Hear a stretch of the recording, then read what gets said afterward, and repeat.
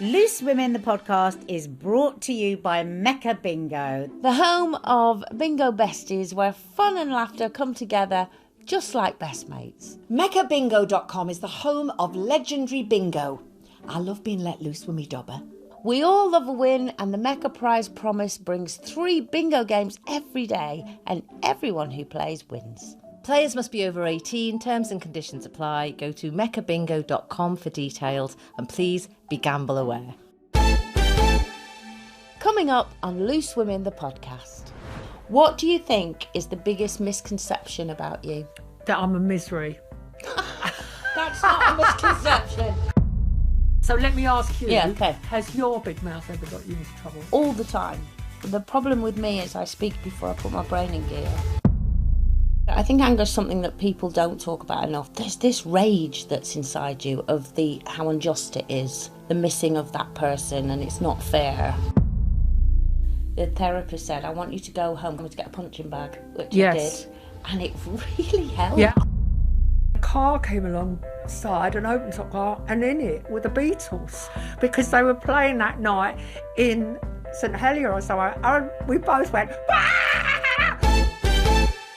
meccabingo.com, sponsors of Loose Women. Hello and welcome to Loose Women, the podcast, with me, Coleen, Nolan, and the formidable Janet Streetporter. I can say my own name, thank you very much, Coleen. You've told off already, we've only just started. Yeah. This could go on for days. Yeah. Now, earlier this week, Christine Lampard and Nadia Sawalha, they talked about loads of things. They talked about love, health scares, and whether they could be related. Can you imagine that? Could you and I be related? Well, I don't know. We've not done a DNA. Maybe we should. Oh, the thoughts of it make me We weak. have so much in common, don't we? How are you feeling about? Because this is your first one, isn't it? I have done podcasts before. I know, but you've not done the Loose Women one. You've not done one with me, No, Janet. because Are I was you in excited? Australia on holiday where it rained every day. That's why there's been a slight delay in my premiere performance.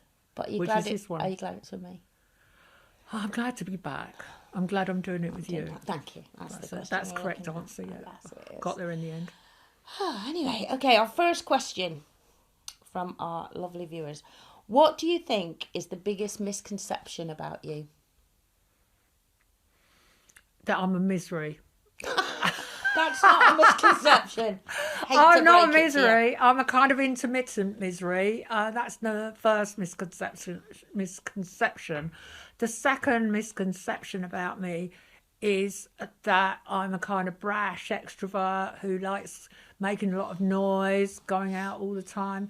But the truth is there are like 2 Janets. There's the Janet that's on television, that's Telly Janet, and then there's the real Janet, which is shy, don't like meeting new people, very cautious about making a friend, don't like change in my immediate surroundings. I like them to stay the way I've arranged them, and if anything gets moved I get quite upset.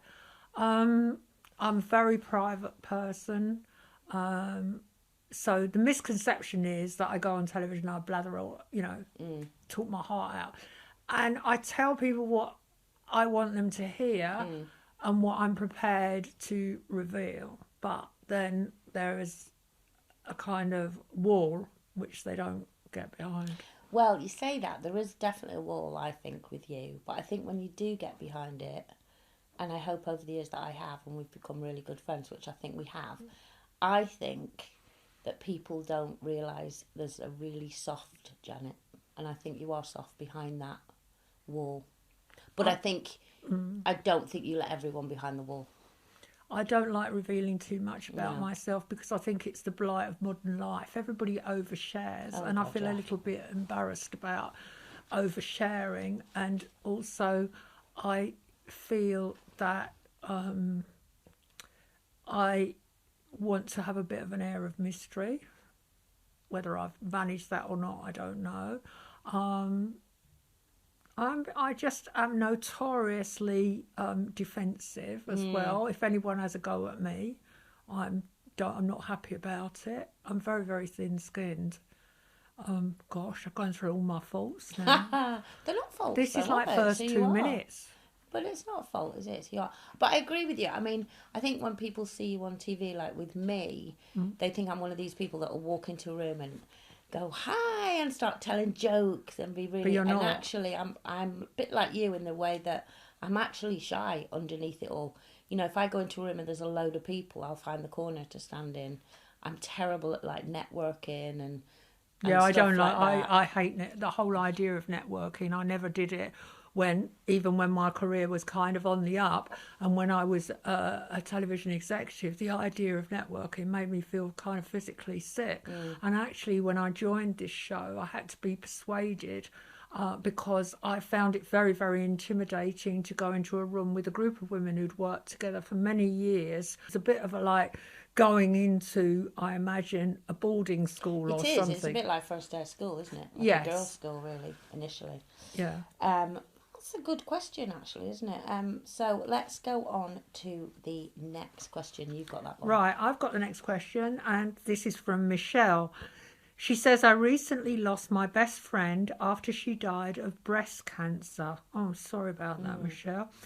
So she wants to know, do you have any advice for coping with the anger I feel as part of my grief? That's a really interesting question. Yeah, and I can totally and utterly relate to that, having just lost my sister and my other sister a few years ago. I think anger is something that people don't talk about enough, because we all expect to cry our eyes out. We all expect to be just very quiet at one point and just depressed, or you don't want to get out of bed. But there is this, and I've noticed it this time, especially when we lost Linda. There's this rage that's inside you of how unjust it is, and the missing of that person, and it's not fair, and that life has to, but does straight away carry on.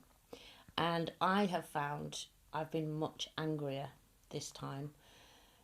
I once, years and years ago, I had therapy, and the therapist said, I want you to go home, because I said to her, I have this anger. And she said, I want you to go home, and whatever old things you're not bothered about in your house, whether you find your old plates, your old cups, whatever, go outside and smash them on the floor. She also told me to get a punching bag, which I did.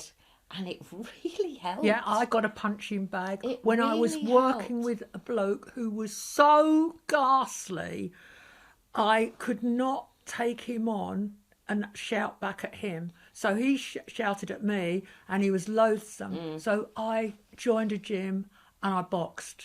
I would say... Did you put a picture of his face up? Yeah, I stuck his face on the punch bag. I said to my secretary, tell him I've gone to the dentist, or I've got an urgent business meeting outside the building. And I'd go to the next door tower block, because I was in Canary Wharf, and I'd whack that photo, and I felt so good. It's amazing how much better you feel. Yeah. And also, I've actually started therapy again just recently, because I thought, friends are great, and I have some great friends, but I think sometimes you need somebody that has no preconception of you or has no opinion, and they're just there listening. And I had my first session last week, and honestly, it was the first time where I came out and felt like a whole weight had been taken off my shoulders, because I could talk about it, because I don't want to constantly talk about it to my kids or my family, because they're going through their own dealing with grief.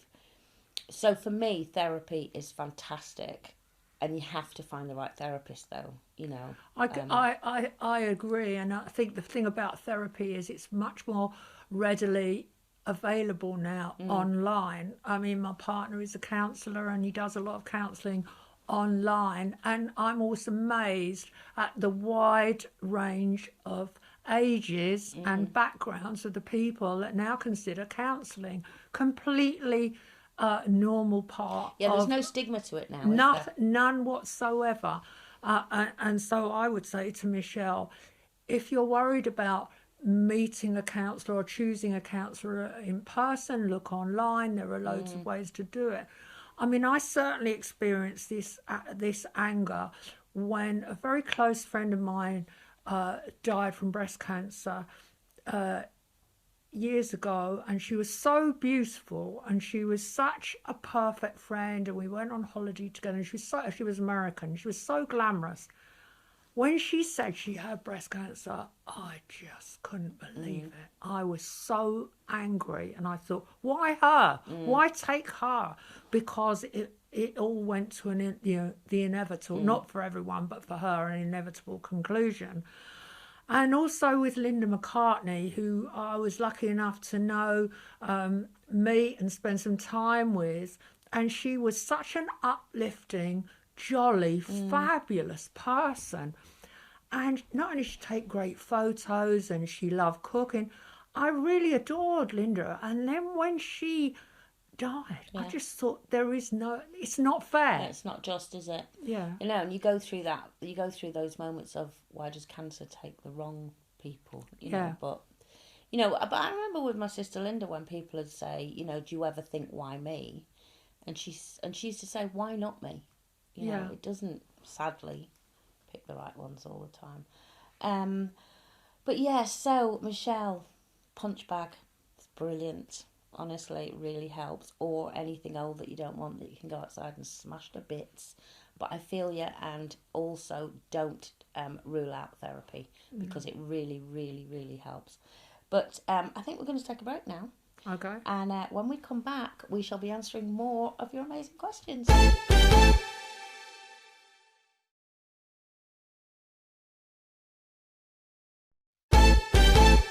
Welcome back. So far, so good, Janet. Yeah, we've managed. We have. We've got to part 2, which says a lot. Yeah. Without her killing me in some form. Now, if you don't want to miss a single episode of Loose Women, the podcast, make sure to what, Janet?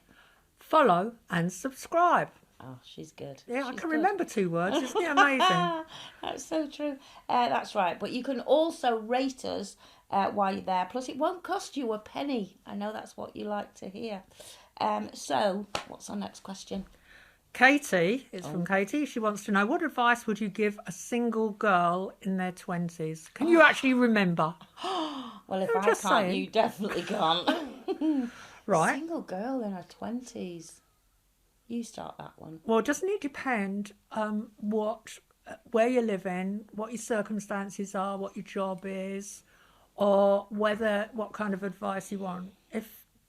Also, I'm terrible at doing advice. I mean, look at my 20s. I was married. I've been engaged, married, and I was on my way to divorce, number one. So my advice to anybody, insofar as I give out advice with my track record, is live life to the full 110%. Take every opportunity that comes your way.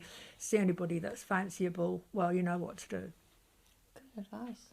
I would say, if I could go back to my 20s, I suppose, is don't worry about so many things. You know, I see a lot of 20-year-olds now, including my daughter, actually, she's 23, stressing about, I don't know what I want to be and I don't know what I want to do. And I think, you're 23, like, you've got so... It'll happen. It'll happen, and you'll just hit on something that you'll go, that's what I want to do. But I think because now they live in this world of social media, and everybody of their age looks like they're having the perfect life, perfect job, and they look perfect.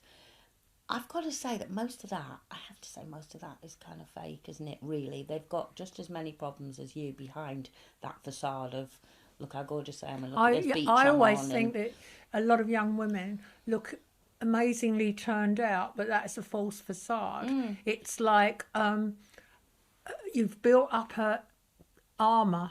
Yeah. In big hair, in your face kind of makeup, there with the big eyebrows, everything's larger than life. And it's all heightened in a way that wasn't true of my generation. But you can understand young girls looking at it and thinking, well, Yes. why am I not like that? Yeah, and you can understand them making themselves look like a version of that, and then wondering, well, what's going to go on in my life? Because just because you achieve that look doesn't mean that you'll be living the life. It means you'll look that way. But the thing about living a great life is to look at who your friends are, how you can enjoy every day, to set targets for yourself, in my opinion, not unachievable targets, but push yourself, because that's what I did, and that's how I got somewhere. No one's going to help you, number one. Forget that. No one's going to help you. You are the architect of your own destiny. You push yourself and you will get somewhere.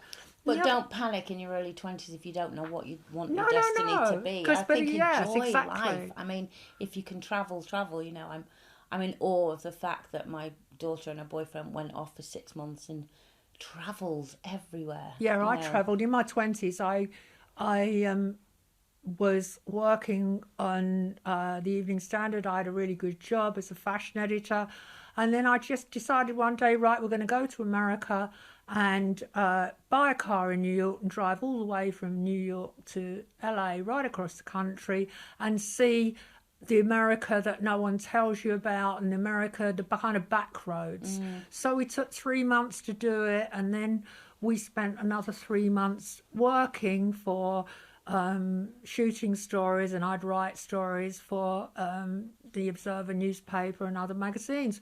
And that was an important part of my 20s, because I broke with the idea of being in a 9-to-5 job and setting my career advancement by how long I'm going to stay in this job, who I'm going to, push out of the way to get promoted. I took a big gamble. And it gave me a load of confidence. And I met friends in America through being on the road and arriving in Los Angeles and meeting up with a whole wide range of people. And that gave me a lot of confidence in myself. So what I would say to Katie is, yeah, exactly what you said. Don't plan your career or anything. Get up and think, what makes me really excited and how can I do more of that? Yeah, and making memories to look back on when you're old and go, wow, I did that. You don't have to adult yet, Katie, in my opinion. There's another good question here. You're going to have loads of these. What gives you the ick? I don't know who that's from, but it's a good question. Well, isn't the ick just what makes you really, really mad? Or just go, ugh. Yeah, ugh. Right. Well, obviously hugging. Oh, you hate extra hugging, unnecessary hugging. I can't stand that, the way that people hug you and they don't even know you, or they feel compelled to touch you. I love that. I think people can feel compelled to touch me when they see me in the supermarket just to make sure it's me, and they always get a really bad response because I can't handle it. I always go, go away. I can't cope with being touched when I'm not expecting it. I love it, guys, just in case. Watching.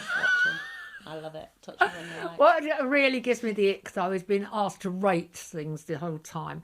Someone delivers you, a dinner. Oh, yeah. Yeah, fish and chips, Chinese takeaway. 5 minutes later, how would you rate it? You've got to rate the meal, the delivery driver, blah, blah, blah. Taxis, whatever kind of taxi you get in. Yesterday I was in a cab going to do a job. I hadn't even got out of the cab and I got ping on my phone. How would you rate your journey? I'm still on the bloody journey. I'm on it. I haven't got out of the cab yet in case the bot, whatever robot sent that message. What would give you the ick in a relationship? What kind of man gives you the ick? Oh God, that's a big ick. Well, there've been a lot of icks in my life. When they say to you, I don't know why I can't lose weight, and then you catch them eating a cheese sandwich at 9:45 at night. I had such a row with my partner the other day. I went, how can you eat cheese at 9:45? And he went, just don't look. That's the kind of answer you would have given me. Absolutely would have. See, he's very well balanced, Yeah, whereas what gives me the ick? I run into rages over the slightest thing. I can't believe that. Well, also, if someone rearranges the fridge when I'm not there and I come back and I've got it all sorted shelf by shelf, I've got my dairy, my fruit, everything's in it. I come back and there's roll mops in there. Where do they come from? There's new unexplained objects in the fridge. Yeah, that's the ick. To be honest with you, you've got so many icks. I can't. I'll just leave the icks with you. Actually, I've got a lot of things I'm that trying really to think annoy what me. gives me the ick, and I can't. Even in relationships, what gives me the ick? There's probably loads of things. But, when you're asked a question where you think, I can't remember. What gives me the ick? Men in football shirts just going out for dinner or going to the pub gives me the ick. Unless they're physically going to a football match, like to watch their favourite team. Flip-flops. Hate flip-flops. On a Can't man. stand that. I know. On a man? oh, that's too much of his foot on Is that too much display. icky? I mean, too much icky, because most men's feet, let's be honest, you don't want to, less is more. So sorry for any man out there who has beautiful feet. We'll be all here all day with her icks. Yeah. In fact, her icks are giving me the ick. Now, oh, this is good. Our next question is from Maureen. Janet, especially for you. Has your tongue ever got you into trouble after speaking your mind, and what did you do about it? It must have got you into trouble. It's got me into trouble on numerous occasions. I can't stop myself. If something's rubbish, I just say it. But I realise now in modern society you can't criticise. It's really, really difficult. You just can't. You can. It's Well, just... you have to do constructive criticism. Well, yeah, I think if you're going what to a waste of criticise time that is. and give constructive criticism, or there's a way of telling somebody that something isn't very good without absolutely shattering their confidence to go, right, I'm rubbish, I'm never Oh, going to do it Coleen, again. we live in an age where everybody spends far too much time worrying about hurting other people's feelings. It's exhausting. I maybe mean, you one of the should reasons practice I'm it. no, but one of the reasons I'm friends with you is we can actually talk in quite a direct way, and we don't get upset. Maybe that's because we're older, and I'm most definitely much older than you.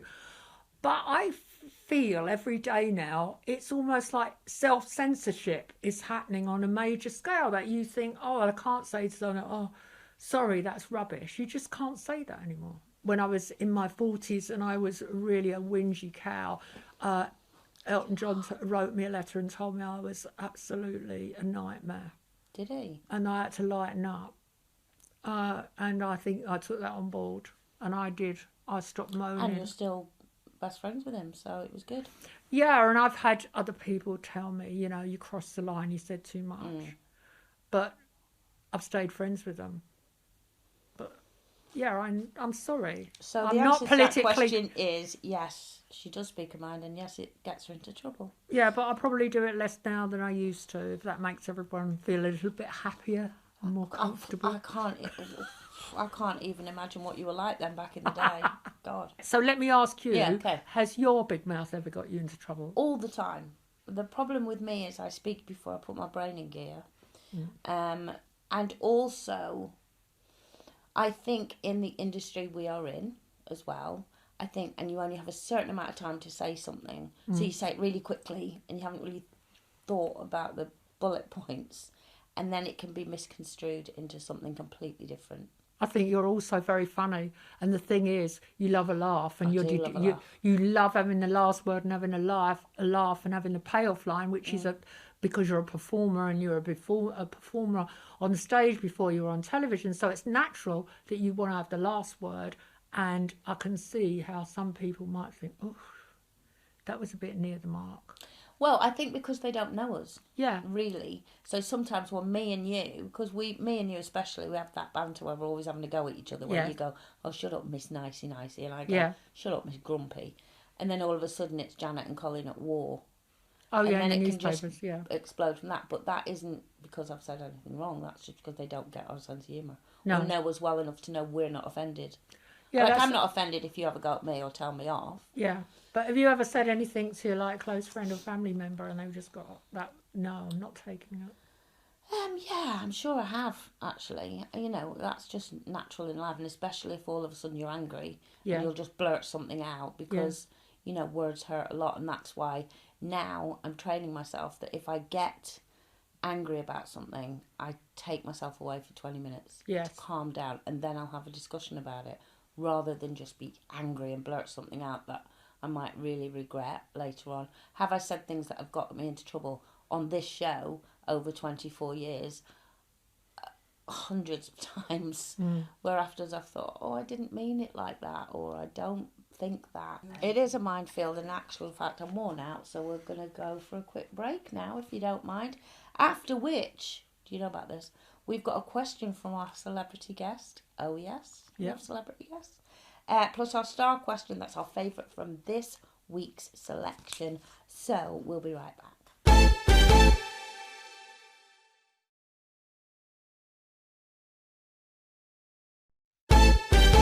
Welcome back. It's time to hear from our celebrity guest.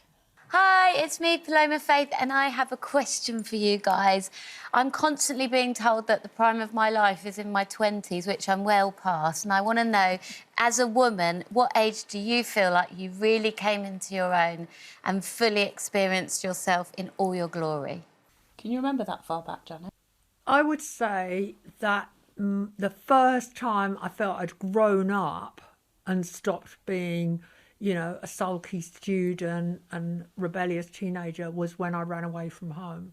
It felt so dangerous and so exciting, and I realised that with that train journey, I left my parents for good. I was never going back. They weren't going to control me, and I got the tube train from where my parents lived in Perivale, West London.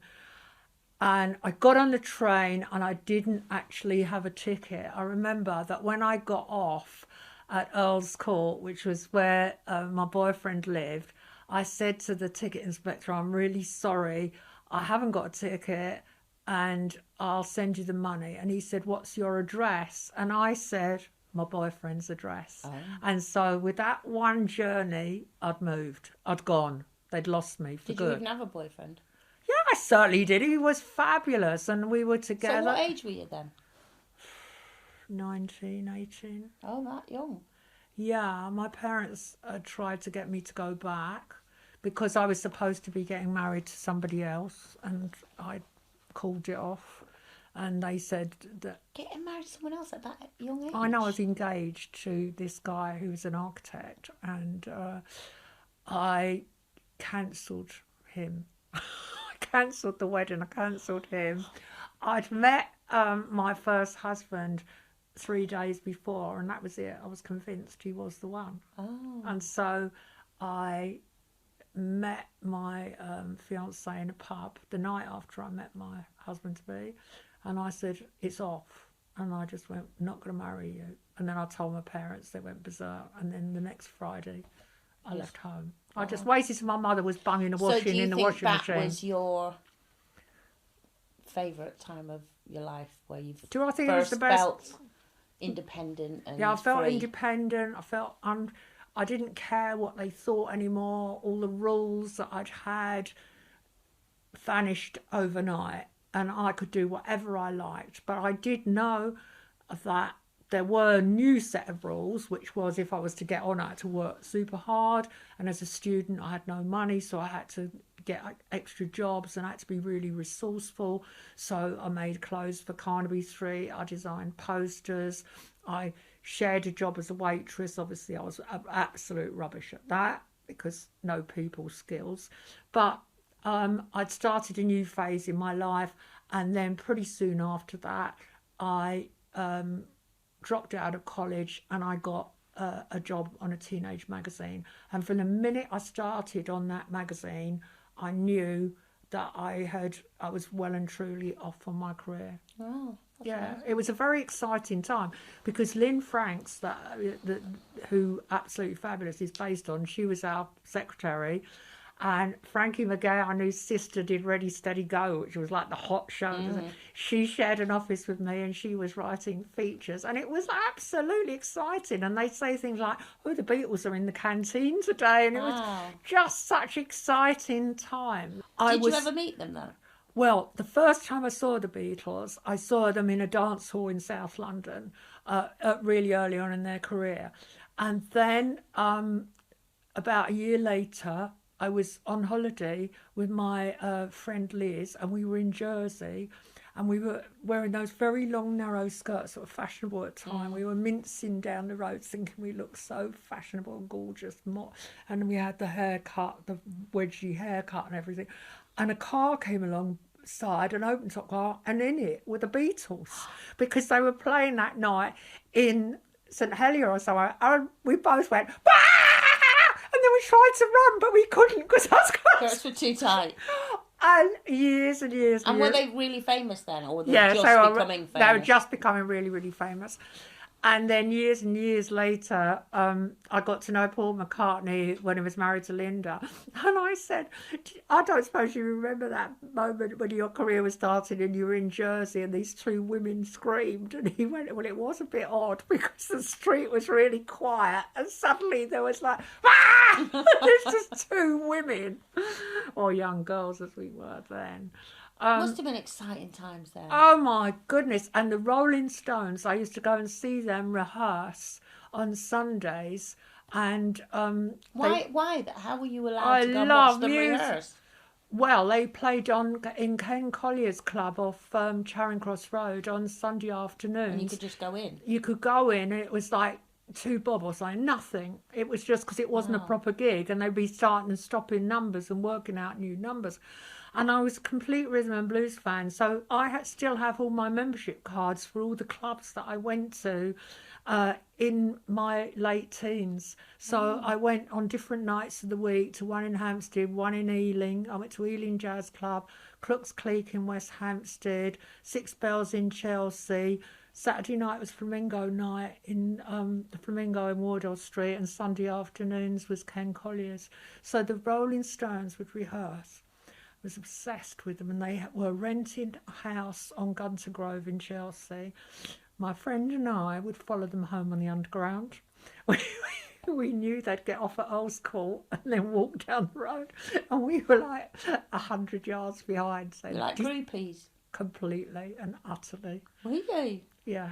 So did you ever get to a point where they'd invite you to parties or? No, and it's really funny. Did you meet them later on then? Oh yeah, I met Mick Jagger later on. Yeah, and funny enough, he wasn't. I've never thought he was very sexy in the flesh. It was always when he was playing or performing. I always thought Jeff Beck was the one that was fantastic for me. The Yardbirds were brilliant. Well, I was still only 4 at that point. Oh, all right. So, You were just out of nappies. Yeah, I probably was. I probably think mid-30s into my 40s was the first time really where I came into my own, I think. It's when I first came onto Loose Women without family. I was on my own because my kind of marriage had broken up and I had the kids. And it was the first time I felt really independent and strong as far as life was telling me, you're now going to have to do this on your own. You know, you haven't got the backup of your family anymore because we'd all kind of split up by then. I don't mean as a family, I mean as a group. And, you know, the life I thought I was going to have with, you know, my first husband didn't happen. Yeah. So it was that moment of, okay, I've got to be grown up here. I can't rely on other people. And I had 2 little boys too. And honestly, that when you do it and you get through each day and you move on, and then all of a sudden I had this solo career that I was doing, which was presenting, thanks to Loose Women and other stuff outside of that. That was the first time, I think, where I felt really strong and I had my own independence for the first time in my life, I think. Because up until then, you know, I'd been with my family working, and yes, we'd travel the world and all that, but I was very much protected by them. Yeah. I didn't have to make decisions. They made decisions. Then all of a sudden I had this mortgage and a divorce and 2 young kids, and I was like, oh, I've got to do this on my own. So that was the moment for me, and it was really liberating. And it was the first time I felt like an adult and strong, where I thought, I can do this and I can do it. I think for me, I didn't really grow up. I was very spoilt because I was good at what I did. I was in swinging. It was the end of the swinging 60s. I thought you also was into swinging. No, certainly not. What I mean is, though, that I was that lucky that I was in London at the hottest time to be there, the peak of excitement. So every night you could go to parties, and even though, you know, you didn't need lots of money, there was just a lot happening. My first husband did the light show for the Pink Floyd because they were at college together. And it was like we got married in that psychedelic summer of 1967. So I was on a roll. And yeah, we were a very glamorous couple. We were in photographs together, and we looked, you know, very thin and tall and kind of fashionable. But so I launched myself, as it were. But if you're saying when did I grow up, I don't think I ever grew up. I don't think you. I don't. No, I I still don't think don't I think didn't. you have. I just moved on when I I was felt. just thinking you were getting married when I was 2. Oh, shut up! You are Stop such a that, witch, honestly. Finally, it's time for our star question. This is our favourite question from this week's selection, Janet. And the question is, do you have a favourite seat to sit on the panel? Yes. Yes. It's seat 3. That's the third one along from the person hosting it. Yeah. So seat 1 is always the anchor. Yeah. So the one in charge always sits in seat 1. But do you feel, because my favourite seat is seat 2, Yeah. you're in the middle, both of us, and then when you get a guest on, you're always next to the guest. Yeah, I think with guests, it's definitely really important to be in seats 2 or 3 because you can get a quick sneaky question in that they weren't expecting. You can see them close up. You can understand when they're going to draw breath, and because we have limited See time. them shaking. Yes, you can see the ones that are really shaking, nervous yeah. too.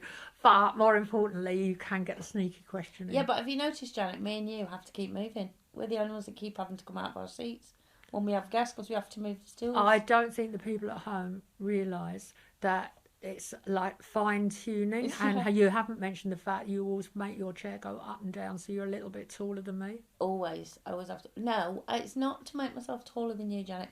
It's because I've got a big chest. And if it's too near the desk, I just look like a desk A shelf. against. Yeah, it literally looks. So I like to get. It's my breasts I'm trying to get up because they're not doing it on their own. Yeah. I need help, and that's a chair. All right. I'm trying to get taller than you. You're so trying to that get I taller. look dominant. You're trying to get more dominant than me. But also, it's a what is it? A raffle of who gets the farty chair. Yeah. There's one chair that literally squeaks the whole time we're in it.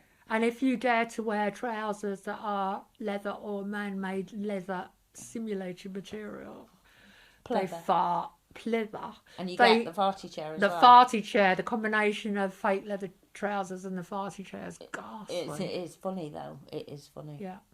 But sadly, that's it from me and Janet. Have you enjoyed it, Janet? Your first one. I've enjoyed it. It's good. Yeah. It's good. You get It to hasn't talk a been bit painful. more. No, it's not been painful. Yeah. Well, but if you have got a question for us, please get in touch. Make sure to send it to loose.women@itv.com, and you can literally ask us anything. I promise you. And don't forget that next Tuesday there'll be 2 more Loose Women on another episode. So until then, what do we say, Janet? Stay loose.